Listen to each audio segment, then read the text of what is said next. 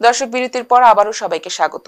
এবার জানিয়ে দেব সিলেট অফিস থেকে পাঠানো তথ্য ছবি নিয়ে সংবাদ প্রতিদিনের সিলেট।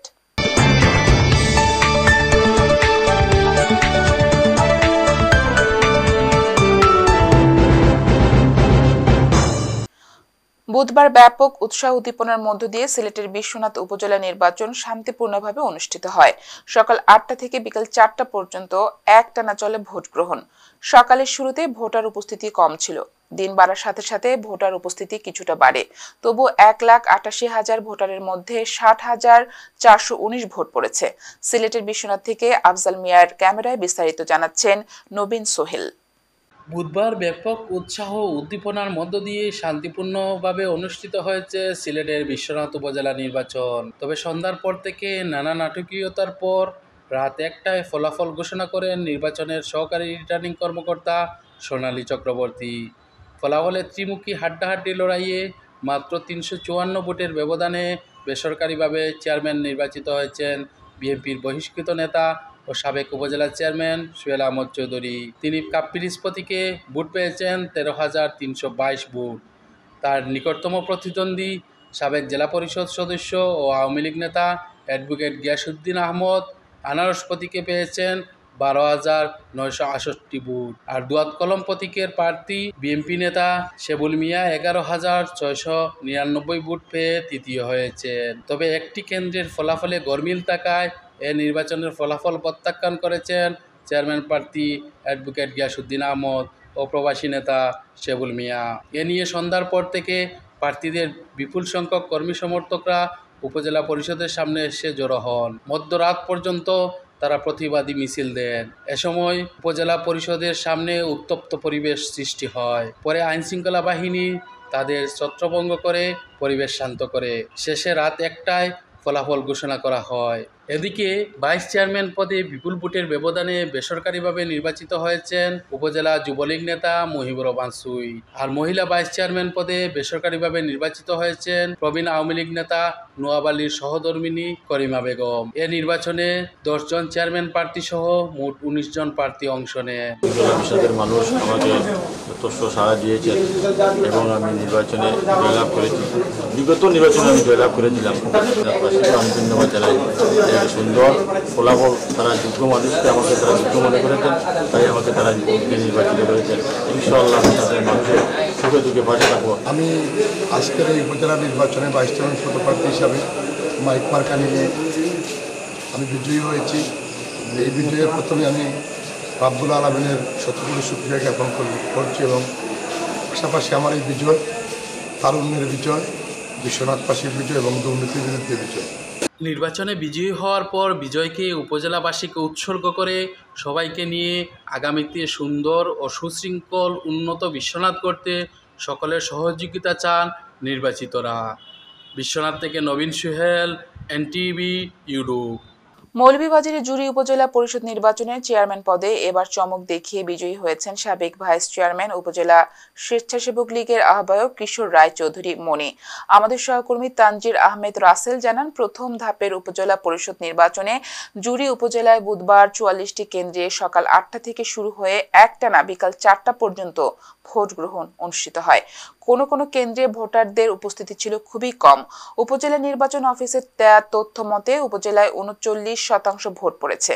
জেলা রিটার্নিং অফিসারের স্বাক্ষরিত পত্র ও প্রাথমিক বেসরকারি ফলাফল অনুযায়ী ৪৪টি কেন্দ্রে কাপ্পিরিজ প্রতীকে কিশোর রায় চৌধুরী মনি ১৯,৯১৮ ভোট পেয়ে চেয়ারম্যান পদে বিজয়ী হয়েছেন। তার নিকটতম প্রতিদ্বন্দ্বী আনারস প্রতীকে বর্তমান উপজেলা চেয়ারম্যান এম.এ. মঈদ ফারুক পেয়েছেন ১৫,১৮৮ ভোট। ভাইস চেয়ারম্যান পদে চশমা প্রতীকে মোহাম্মদ জুয়েল আহমেদ ২১,৩২৮ ভোট পেয়ে নির্বাচিত হয়েছেন। ফুটবল প্রতীকে মহিলা ভাইস চেয়ারম্যান পদে শিল্পী বেগম ২৯,৫৬০ ভোট পেয়ে নির্বাচিত হয়েছেন। এই বিজয় জুড়ি উপজেলাবাসীর বিজয়, এই বিজয় জুড়ি উপজেলাবাসীর ঐক্যবদ্ধ বিজয়। আমি আশা করব আমার এই ৫ বছরের দায়িত্বকালীন সময়ে আমি সকল জুড়িবাসীকে নিয়ে জুড়ির সকল সমস্যা সমাধানে তাদের পরামর্শ এবং তাদের অভিজ্ঞতাকে কাজে লাগিয়ে যেটা আমাদের আগে দরকার, সেই আগে দরকারের সমস্যাকে আগে সমাধান করার চেষ্টা করব। বিবাড়িয়া মৌলভীবাজার হবিগঞ্জ সুনামগঞ্জ সিলেট 1 ও সিলেট 2 এর সমন্বয়ে গঠিত সিলেট জোন পল্লী বিদ্যুৎ সমিতির লাইন নির্মাণ ঠিকাদার নিয়ে গঠিত সিলেট জোন পল্লী বিদ্যুৎ ঠিকাদার কল্যাণ সমিতির সম্মেলন অনুষ্ঠিত হয়েছে। সিলেট থেকে আমাদের সহকর্মী আশরাফুল ইসলাম ইমরান জানান, গত শনিবার দুপুরে সিলেট নগরীর একটি হল রুমে সম্মেলনে ভিডিও কনফারেন্সের মাধ্যমে প্রধান অতিথির বক্তব্য রাখেন সিলেট সিটি কর্পোরেশনের মেয়র আনোয়ারুজ্জামান চৌধুরী। সিলেট জোনের আহ্বায়ক মোহাম্মদ মমনুন রহমান মমনুনের সভাপতিত্বে বিশেষ অতিথির বক্তব্য রাখেন ওসমানীনগর উপজেলা পরিষদের চেয়ারম্যান মোহাম্মদ শামীম আহমদ ভিপি। অনুষ্ঠান পরিচালনা করেন আয়োজক কমিটির সিলেট জোনের সদস্য সচিব মোহাম্মদ আবু লায়েস চৌধুরী। সম্মেলনের দ্বিতীয় পর্বে মোহাম্মদ মমনুর রহমান মমনুনকে সভাপতি, হেলাল আহমদকে সাধারণ সম্পাদক ও রেজাউল করিম সাংগঠনিক সম্পাদক করে 19 সদস্য বিশিষ্ট সিলেট জোন পল্লী বিদ্যুৎ মিনি ঠিকাদার কল্যাণ সমিতির কার্যকরী কমিটি গঠন করা হয়। কমিটিতে আরো 7 জনকে নিয়ে করা হয় উপদেষ্টা পরিষদ। সম্মেলন শেষে নবনির্বাচিত নেতৃবৃন্দদের ফুল দিয়ে শুভেচ্ছা জানান তাদের সহকর্মীরা। পল্লী বিদ্যুৎ সমিতির কর্মকর্তা ও কর্মচারীরা 12 দফা দাবিতে অনির্দিষ্টকালের কর্মবিরতি শুরু করেছে। বৃহস্পতিবার পঞ্চম দিনে মৌলভীবাজার পল্লী বিদ্যুৎ সমিতির শ্রীমঙ্গল সদর দপ্তরে কর্মবিরতিকালে বিক্ষোভে অংশ নেন তারা। শ্রীমঙ্গল ও কমলগঞ্জ উপজেলা থেকে আমাদের সহকর্মী পিন্টু দেবনাথ জানান, পল্লী বিদ্যুতায়নে বোর্ড ও পল্লী বিদ্যুৎ সমিতির বৈষম্য দূরীকরণ, অভিন্ন সার্ভিস কোড, শুক্র শনিবার ছুটি, শান্তি বিনোদন সহ অন্যান্য ছুটি, যাতায়াত, ওভারটাইম, টিফিন ভাতা, টিএডিএ সুবিধা, বেতন স্কেল বৃদ্ধি, পদোন্নতি, শিফটিং ডিউটি বাস্তবায়নের মাধ্যমে ন্যায়সঙ্গত কর্মপরিবেশ তৈরির দাবি জানান কর্মকর্তা কর্মচারীরা। এছাড়া বিভিন্ন সময় চুক্তিভিত্তিক নিয়োগপ্রাপ্ত কর্মচারীদের স্থায়ী না করায় তাদের মানবেতর জীবনযাপন করতে হচ্ছে। নির্ধারিত কর্মঘণ্টা নির্ধারণ সহ তাদের দাবি দেওয়া না মেনে নিলে তারা আরো বৃহৎ আন্দোলন গড়ে তোলার হুঁশিয়ারি দেন। কর্মবিরতি চলাকালে উপস্থিত ছিলেন মৌলভীবাজার পল্লী বিদ্যুৎ সমিতির AGM Mohammad Mehedi Hasan Talukdar, junior engineer Rafiqul Islam, Apu Kumar Nath, Waliur Rahman, Tapan Kumar Das, Bidyut Ranjan Das, supervisor Sanjay Kumar Nag, lineman Mohammad Ali, meter reader Bikash Ranjan Das, Mohammad Abu Raihan, Mohammad Sohag Mia, Samraj Hossain, Sharmila Chowdhury, Emi Boktar, Mohan চন্দ্র সহ 7টি জোনাল অফিসের কর্মকর্তা কর্মচারীবৃন্দ। বাংলাদেশ পল্লী বিদ্যুতায়ন বোর্ড এবং বাংলাদেশ আশিটা সমিতি তারা পরিচালিত হয় এক আইনে, আমরা পরিচালিত হয় আরেকটা ভিন্ন আইনে। তো আমরা চাচ্ছি দুইটা আইনই একই হোক, অভিন্ন সার্ভিস কোড হোক। ধরনের সুযোগ সুবিধা পাই না স্থায়ী পোস্টে, বা আমাদের পাশাপাশি যে আমাদের আপুরা স্থায়ী পোস্টে কাজ করে যে ধরনের সুযোগ সুবিধা পায়, আমরা কোনো ধরনের সুযোগ সুবিধা পাই না। আমরা সব কিছু থেকে বঞ্চিত। বঙ্গবন্ধু সোনার বাংলায় বৈষম্যের কোনো ঠাঁই নাই।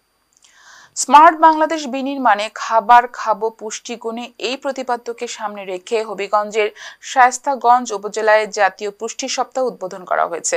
আমাদের সহকর্মী কামরুল হাসান জানান, বৃহস্পতিবার সকাল 11:30টায় উপজেলার স্বাস্থ্য ও পরিবার পরিকল্পনা কর্মকর্তার কার্যালয়ে জাতীয় পুষ্টি সপ্তাহ উদ্বোধন করেন উপজেলার স্বাস্থ্য কর্মকর্তা ডাক্তার অদিতি রায়। তিনি সকলকে পুষ্টিগুণ সমৃদ্ধ খাবার গ্রহণ, খাদ্য উৎপাদন, পরিবহন, সংরক্ষণ ও রান্নায় পুষ্টি বজায় রাখা, খাবারে চিনি ও লবণের মাত্রা সীমিত রাখা, অতিরিক্ত ভাজা তৈলাক্ত খাবার, ফাস্টফুড বর্জন করা, পাশাপাশি শিশুদের অতি প্রক্রিয়াজাত পানীয় খাবার গ্রহণ থেকে বিরত রাখার পরামর্শ দেন।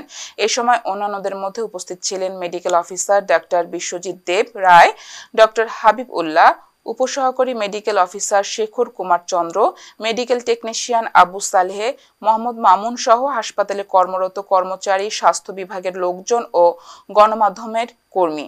এদিকে 9 মে থেকে 15 মে পর্যন্ত জাতীয় পুষ্টি সপ্তাহ পালিত হবে।